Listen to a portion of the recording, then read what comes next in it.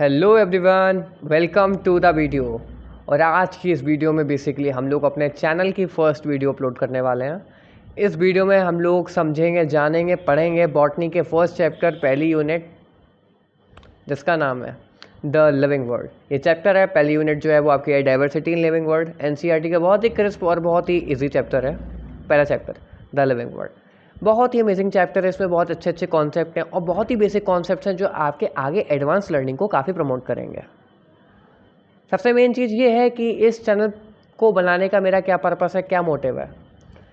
First of all, मैं एक 11th ongoing student हूँ। मेरे पास पीसी भी है, physics chemistry biology. Physics chemistry biology मेरे पास है तो मैं अपने रिविजन्स करना चाहता हूँ। फिजिक्स केमिस्ट्री ईजी नहीं है यहाँ पर पढ़ाना। मेरे पास ऐसा सेटअप नहीं है जिससे मैं आपको फिजिक्स केमिस्ट्री को भी रिवाइज करवा पाऊँ। लेकिन बायोलॉजी एक ऐसा सब्जेक्ट है जिसमें मैं आपको एक पॉडकास्ट के थ्रू मैं अपना रिवीजन भी कर सकता हूँ और आपको भी बहुत अच्छे से समझा सकता हूँ। बिलीव मी, साइंस एक ऐसा सब्जेक्ट है जिसको आप अपने चारों ओर देखते हैं। और खासकर अगर मैं बायोलॉजी की बात करूँ, बायोलॉजी तो एक ऐसा सब्जेक्ट है जिसको सभी लोग, ऐसा मैं मान ही नहीं सकता हूँ कि बायोलॉजी किसी को गंदा लगता हो। या तो उसने बायोलॉजी सही से पढ़ी नहीं है, या बायोलॉजी उसने पढ़ी है तो उसे किसी ने सही से समझाया नहीं है, उसे टीचर नहीं मिला है। बिलीव मी, बायोलॉजी एक ऐसा सब्जेक्ट है जिसे अगर आप जिसकी डेप्थ में चले जाते हो तो बायोलॉजी आपकी फेवरेट बन जाती है। बायो कभी रटी नहीं जाती है, बायो कभी रटी नहीं जाती है। लोग कहते हैं रटो बायो, नहीं, ऐसा नहीं होता। उसमें जो टर्म्स होते हैं वो भी रटे नहीं जाते हैं, वो नॉर्मली आपको मेमोराइज करने पड़ते हैं। रटना और मेमोराइज इज डिफरेंट। आप रटी रटाई चीज़ें भूल सकते हो लेकिन मेमोराइज करी हुई चीज़ें नहीं भूल सकते हो। यहाँ पे एनिमेशंस वगैरह का भी आप यूज़ करते हैं काफ़ी। यहाँ पे आपको डायग्राम्स बनाए जाते हैं और कितनी चीज़ें होती हैं जो आपको मेमोराइज़ करनी पड़ती हैं। बायो का बहुत ही अच्छा ये जादू है जो आपको मैं बता रहा हूँ कि नीट में ये बहुत अच्छे खासे नंबर की आती है। अबाउट ये पूरा आपका हाफ पोर्शन कवर करती है। 360 नंबर जो होते हैं वो आपके बायो के ही होते हैं नीट में। 4 नंबर का एक क्वेश्चन होता है बेसिकली। ये आपके बहुत ही नंबर को इंक्रीज़ कर सकती है। अगर आप NEET examination point of view से बायो पढ़ रहे हैं तो सिर्फ बायो ही आपके बहुत सारे नंबर को इंक्रीज़ कर सकती है। बट स्टिल फिजिक्स और केमिस्ट्री बहुत इंपॉर्टेंट है। लेट अस सपोज कि एक बच्चा है जिसकी बायो कंप्लीट हो गई है नीट एग्जामिनेशन में, वहीं पे उसकी फिजिक्स या केमिस्ट्री रह गई है, तो वो क्वालिफाई नहीं कर पाएगा। क्योंकि कंपटीशन रियल वो होता है जिसकी फिजिक्स अच्छी होती है नीट में, वो कंपटीशन जल्दी क्रैक करता है, ऐसा देखा गया। फिलहाल ये तो आगे की बात है, किसी दिन और मैं और किसी दिन इसके बारे में बात करूँगा। आज हम लोग करने वाले हैं द लिविंग वर्ल्ड चैप्टर की शुरुआत। थोड़ा बता दूं इसके बारे में आपको मैं कि चैनल पे आप लोगों को आपके अपने चैनल लव विद बायोलॉजी पर आपको सिर्फ कंटेंट ही नहीं मिलेगा, साथ ही साथ आपको डेली क्विज प्रैक्टिस भी मिलेगी। इसके साथ साथ मैं आपको एनोटेड एनसीईआरटी प्रोवाइड करवाऊंगा।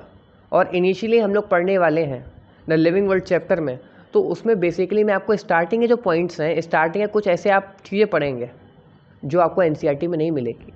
बायोलॉजी की एनसीईआरटी बुक में वो चीज़ें नहीं मिलेंगी, लेकिन वो टॉपिक्स बहुत इंपॉर्टेंट हैं अगर आप NEET examination point of view से पढ़ना चाहते हैं। जैसे कैरेक्टरिस्टिक फीचर्स, डिफाइनिंग फीचर्स बहुत इंपॉर्टेंट टॉपिक हैं, इन्हें नहीं छोड़ा जा सकता है। लेकिन एनसीईआरटी में आज के टाइम पर ये गिवन नहीं है। तो 2 दिन, मतलब आज का और कल का जो दिन है, उसमें मैं ये 2 टॉपिक्स कवर करवाऊंगा आपके। इन 2 टॉपिक्स को कवर करने के बाद हम लोग मूव करेंगे बेसिकली अगले टॉपिक पर, जो कि है बायोडाइवर्सिटी। और बायोडाइवर्सिटी बेसिकली आपके एनसीईआरटी में भी गिवन है। तो एनसीईआरटी स्टार्ट जो है वो बायोडाइवर्सिटी से होती है। ठीक है, चलिए फिर स्टार्ट करते हैं द लिविंग वर्ल्ड चैप्टर। देखो बेटा, अगर मैं लिविंग वर्ल्ड की बात करूं भाई लोग, तो लिविंग वर्ल्ड में सबसे पहले बायोलॉजी का मीनिंग समझो। बायो का अर्थ होता है, बायो का मीनिंग होता है basically it is the study of life, it is the study of living organism. बात करूं द चैप्टर लिविंग वर्ल्ड का, इसका मतलब है, देखो, अगर तुम चैप्टर को तोड़ना सीख गए तो इट मीन्स कि तुमने अबाउट 30 to 40% चैप्टर का जान लिया है।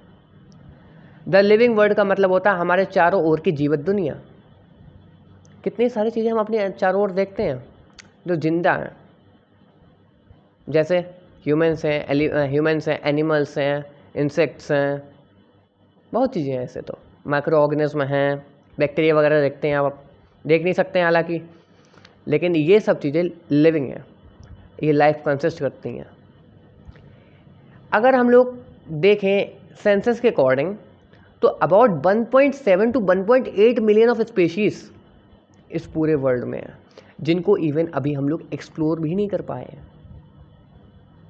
ये सिर्फ अनुमान है, इसको अभी हम एक्सप्लोर भी नहीं कर पाए हैं, जिसमें 1.2 मिलियन जो हैं वो आपके एनिमल्स हैं और 0.5 मिलियन जो हैं वो प्लांट और फंगस हैं। देखो पुराने टाइम पे जो आदिवासी लोग हुआ करते थे, हंटर गैदर्स हुआ करते थे, उन्होंने बेसिकली 2 कैरेक्टराइजेशन करे थे, 2 डिवीज़न करे थे चीज़ों को समझने के लिए। एक था एनिमेट मैटर, एक था इनएनिमेट मैटर। अगर मैं बात करूं एनिमेट मैटर की, तो एनिमेट मैटर में बेसिकली बायोटिक थिंग्स आती हैं जो लाइफ कंसिस्ट करती हैं, वो एनिमेट मैटर में आती हैं। और वहीं पे इनएनिमेट मैटर में वो चीज़ें आती हैं जो एबॉयटिक होती हैं, जो नॉन लिविंग थिंग्स होती हैं। पुराने टाइम पे हंटर गैदर्स वगैरह इसी चीज़ से क्लासीफाइड करते थे कि आखिर में चीज़ क्या है। ठीक है, इसके बाद हम लोग समझेंगे व्यू इन बायोलॉजी। बायो के 2 व्यू होते हैं, बायो पढ़ने के 2 व्यू होते हैं। एक तो बेटा होता है आर्थ्रोपोसेंट्रिक और एक होता है बायोसेंट्रिक। अगर बात करूं मैं आर्थ्रोपोसेंट्रिक व्यू की, नाम बहुत टफ है, इजी है। ठीक है, आर्थ्रोपोसेंट्रिक। आर्थ्रोपोसेंट्रिक का मतलब है कि it is the view in biology in which humans are considered as superior. ये एक ऐसा व्यू होता है बायोलॉजी का जिसमें इंसानों को सबसे ऊपर समझा जाता है, इंसान अपने आप को ऊपर समझते हैं, जिससे उनके अंदर की जो नॉलेज होती है, जो वो बायोलॉजिकल नॉलेज होती है, वो कम हो जाती है।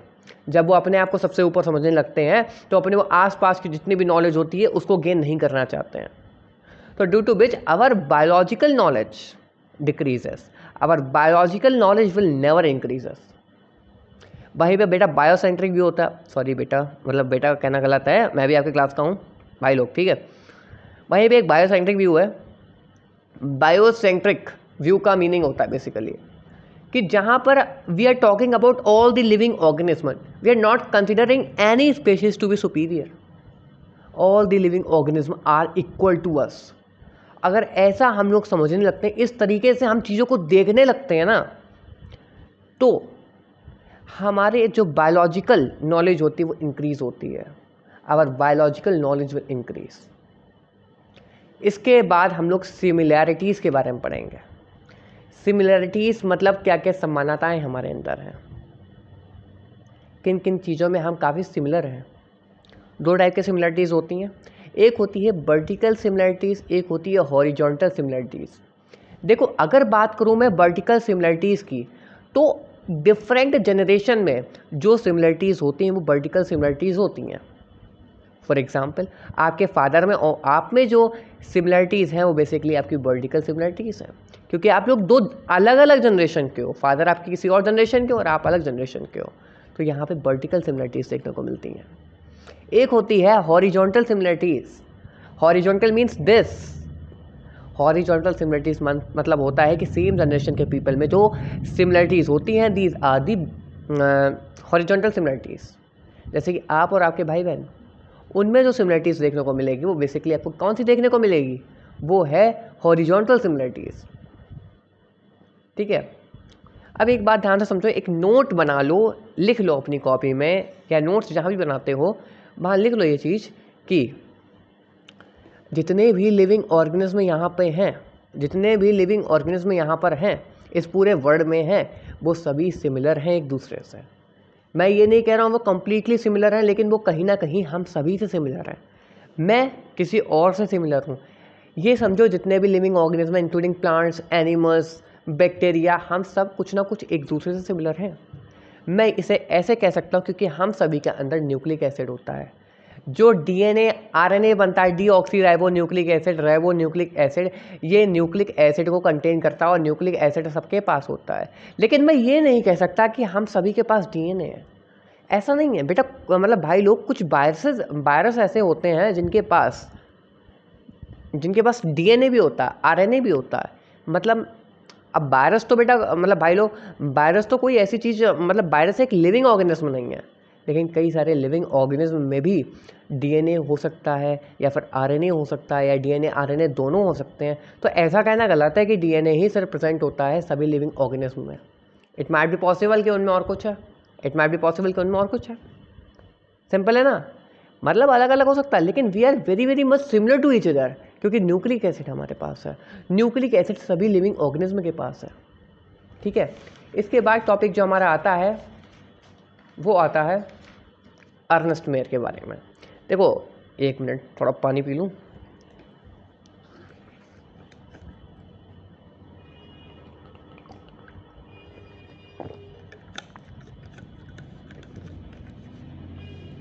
हाँ भाई, तो इसके बाद आता है अर्नेस्ट मेयर के बारे में। अर्नेस्ट मेयर बेसिकली साइंटिस्ट हैं, बायोलॉजिस्ट हैं, जिन्होंने बहुत ही अच्छा क्लासिफिकेशन दिया था, biological classification, sorry different concept of species का क्लासिफिकेशन दिया था। ठीक है, बायोलॉजिकल क्लासिफिकेशन तो वो नॉमेनक्लेचर वाले ने दिया था, वो अलग है। ठीक है, वो सॉरी बोल दिया मैंने। जो अर्नेस्ट मेयर हैं, इनका जन्म हुआ था बेसिकली 1904 में और इनकी डेथ हो गई थी 2004 में। इनको 20th सेंचुरी का डार्विन कहा जाता है। ठीक है, he is also known as the Darwin of 20th century. इन्होंने Balzan prize, Crafoord prize, international prize ऐसे प्राइजेस को जीता है। इन्होंने बेसिकली आपको बायोलॉजिकल कॉन्सेप्ट ऑफ स्पेशीज़ का कॉन्सेप्ट दिया था और जिसके बाद ये बहुत फेमस हो गए थे। अभी बायोलॉजिकल कॉन्सेप्ट ऑफ स्पेशीज़ क्या है बेसिकली?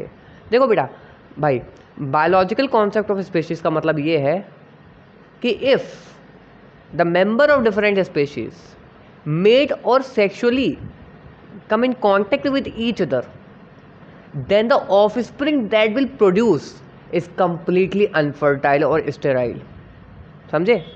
it means कि अगर दो डिफरेंट स्पेशीज के मेंबर सेक्सुअल कांटेक्ट करेंगे आपस में, तो जो उनका प्रोजेनी होगा, जो उनका बच्चा होगा, जो उनकी ऑफस्प्रिंग होगी, वो अनफर्टाइल होगी। एग्जाम्पल दूँ, खच्चर सुना? खच्चर, जब पहाड़ों पे जाते हो खच्चर के बारे में बहुत सुना होगा। खच्चर को इंग्लिश में कहते हैं म्यूल। जब एक फीमेल डंकी मेल हॉर्स के साथ सेक्सुअल कांटेक्ट करती है, गैमेट्स बनाती है, रिप्रोड्यूस करती है, फीमेल डंकी मेल हॉर्स के साथ जब रिप्रोड्यूस करती है, तो बेसिकली जो बनता है वो म्यूल होता है। म्यूल मतलब खच्चर होता है। एक और एग्जाम्पल समझो, अगर मेल डंकी है, फीमेल हॉर्स है, तो बनेगा क्या? हिन्नी। ये दोनों ही अनफर्टाइल होते हैं, ये स्टेराइल होते हैं। स्टेराइल वर्कर्स आपने सुना होगा। स्टेराइल वर्कर्स का मतलब होता है जो हनी बीज होती हैं, कुछ ऐसी स्टेराइल वर्कर्स होते हैं। इवन ह्यूमंस भी स्टेराइल होते हैं। तो इन्होंने यही कहा था, जो अर्नेस्ट मेयर है, इन्होंने यही कहा था कि अगर दो डिफरेंट मेंबर्स हैं अलग अलग स्पेशीज़ के, और अगर वो आपस में रिप्रोड्यूस कर जाते हैं, तो उनका जो प्रोजेनी होगी वो अनफर्टाइल आएगा। इसलिए इन्होंने कहा था कि that the member of different species should be isolated from the member of other species in order to sustain the growth. कि दो अलग अलग स्पेशीज़ के मेंबर को अलग रहना चाहिए, क्योंकि अगर वो पास में आएंगे तो वो सेक्सुअल कांटेक्ट करेंगे, और सेक्सुअल कांटेक्ट करेंगे तो वो अपनी रिप्रोडक्शन करेंगे, जो कि बर्बादी है वो तो, क्योंकि वो आगे नहीं बढ़ सकती है, संतान आगे नहीं बढ़ पा रही है। ये इनका मेन कंट्रीब्यूशन था कि इन्होंने इस स्पेशीज़ के कॉन्सेप्ट के बारे में बताया था। ठीक है, इसके बाद एक बहुत ही अच्छी चीज़ आती है, कैरेक्टरिस्टिक फीचर और डिफाइनिंग फीचर के बारे में जानोगे। ये इस चैप्टर का मतलब मैं कह सकता हूँ कि बहुत इंपॉर्टेंट पार्ट है, one of the most important part है। और भी पार्ट्स हैं वो इंपॉर्टेंट है, लेकिन तुम इसको समझो, इससे काफ़ी सारे तुम्हारे क्वेश्चंस क्रैक होंगे, क्योंकि इसमें बहुत ही ये बड़ा पार्ट है। थोड़ा सा ये आज कराऊंगा कवर, थोड़ा इसका पार्ट जो है वो आज कवर होगा, और इसके बाद का जो पार्ट है वो कल कवर करवाऊँगा, क्योंकि जो आज मैंने क्वेश्चंस फ्रेम करे हैं वो बेसिकली यहीं तक के हैं, इसलिए मुझे आज यहीं तक पढ़ाना है। और नोट्स भी हैं। मैंने आपको बताया कि 2 इनिशियल जो मैं लेक्चर्स लूँगा, इनिशियल लेक्चर्स हैं आज और कल के, जो कि आपको एनसीईआरटी में नहीं मिलेंगे, उनके नोट्स मेरे होंगे। मैं आपको अपने नोट्स दूंगा, आगे से मैं आपको एनोटेड एनसीईआरटी दूंगा, जो कि मार्कअप होगी मेरे द्वारा, हाईलाइटेड कह सकते हैं आप लोग। तो देखो, कैरेक्टरिस्टिक और डिफाइनिंग फीचर का मतलब क्या होता है। कैरेक्टरिस्टिक फीचर की बात करूँ अगर मैं, तो all those features which define the characters of an organism are the characteristic feature. वो सभी फीचर जो किसी ऑर्गेनिज्म के कैरेक्टर्स को डिफाइन करते हैं, वो उसके कैरेक्टरिस्टिक फीचर्स होते हैं। ठीक है, जैसे राइट, ह्यूमंस का अगर बात करूँ, राइट, वॉक, जंप, ईट, स्लीप, ये उसके कैरेक्टरिस्टिक फीचर्स हो गए। डिफाइनिंग फीचर समझना बहुत इंपॉर्टेंट है, क्योंकि डिफाइनिंग फीचर बहुत इंपॉर्टेंट रियल में है। डिफाइनिंग फीचर क्या होता है? Defining features are all those features which are present in 100% of living organism but 0% of non living organism. ऐसे फीचर्स जो 100% मतलब कंप्लीट लिविंग ऑर्गेनिज्म पाए जा रहे हैं, लेकिन 0% एक भी नॉन लिविंग थिंग्स में नहीं पाए जाते हैं। समझे? एक भी नॉन लिविंग थिंग्स में ऐसे फीचर्स नहीं पाए जाते हैं। कुछ एग्जाम्पल दूँ आपको? सेलुलर ग्रोथ, आपके सेल्स की ग्रोथ क्या नॉन लिविंग थिंग्स में होती है? नहीं होती है। मेटाबॉलिज्म, मेटाबॉलिज्म क्या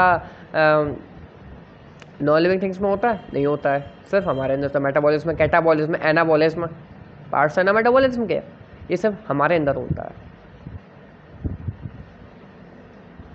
लेकिन आगे चल के तुम शॉक होगे कि अगर मैं कहूँगा कि ग्रोथ है, रिप्रोडक्शन है, ये डिफाइनिंग फीचर नहीं है। हाँ भाई, ये सही है कि ग्रोथ और रिप्रोडक्शन जो है वो डिफाइनिंग फीचर नहीं है। आप कहोगे ऐसा क्यों? क्योंकि अभी आपने कहना, अभी तुमने डेफिनेशन बताई कि जो ऐसे फीचर्स जो 100% लिविंग ऑर्गेनिज्म में पाए जाएं और नॉन लिविंग थिंग्स में ना देखे जाएं, वो होता है डिफाइनिंग फीचर। भाई रिप्रोडक्शन थोड़ी ना नॉन लिविंग थिंग्स कर देंगे, बिल्कुल सही तुम्हारी बात। लेकिन मैंने तुम्हें कुछ एक्सेप्शंस बताए थे, जैसे स्टेराइल ह्यूमन्स होते हैं, ठीक है। साथ ही स्टेराइल का मतलब होता है अनफर्टाइल, अनफर्टाइल ह्यूमन्स होते हैं। साथ ही साथ म्यूल है, हिन्नी है, क्या ये रिप्रोड्यूस कर सकते हैं? नहीं। अब डेफिनेशन ध्यान रखो कि 100% लिविंग ऑर्गेनिज्म में बहुत सारे फीचर्स हों। क्या यहाँ पे 100% हो रहा है? भाई 3-4 लोग तो यही निकल गए। समझो, हर कॉन्सेप्ट को अच्छे से डिटेल में समझो। कल मैं जो तुम सोचते हो ना डिफाइनिंग फीचर हो सकता है, मैं उसको तुम्हारे उस वहम को तोड़ दूंगा, क्योंकि मुझे पता है कहाँ कहाँ तक जा सकते हो। रिप्रोडक्शन तो अभी सोच रहे थे कि डिफाइनिंग फीचर है, नहीं है भैया। ग्रोथ है क्या? सही है, आज के लिए तुम मान लो कि है, लेकिन कल तुम समझ जाओगे ग्रोथ भी डिफाइनिंग फीचर नहीं होती है, ठीक है। सेल्फ कॉन्शियसनेस, अपने बारे में सोचना कि ये डिफाइनिंग फीचर है, कल पता चल जाएगा ये भी डिफाइनिंग फीचर नहीं है। भाई बहुत सारे कल पर्दाफाश होने वाले हैं चीज़ों के, ठीक है। तो आज यहीं तक रैपअप करते हैं, इसी को कंप्लीट करना आप लोग, रिवाइज करना, ठीक है। और इन केस अगर ऐसा कभी हो कि मेरी वीडियो डिलीट हो जाए, ठीक है, आप प्लीज़ मेरी वीडियो को सेव कर लिया करिए, क्योंकि कुछ मोबाइल में भी प्रॉब्लम हो रही है जिससे वीडियोस डिलीट बहुत हो रही हैं। आज ही मैंने रीसेट करा था, वरना मैंने आपके ऑलरेडी एक लेक्चर्स कर दिया था, सुबह बनाया था, वो लेक्चर मेरा कंप्लीट हो गया था और मैं उसको अपलोड करने वाला था। अपलोड करा लेकिन वो अपलोड ही नहीं हुआ। तो try to make your own way. अब इसके बाद मैं आपको बेसिकली क्या भेजूँगा, कुछ क्वेश्चंस भेजूँगा, क्वेश्चंस के साथ साथ आपको मैं नोट्स भेजूँगा, ठीक है। चलो बाय बाय।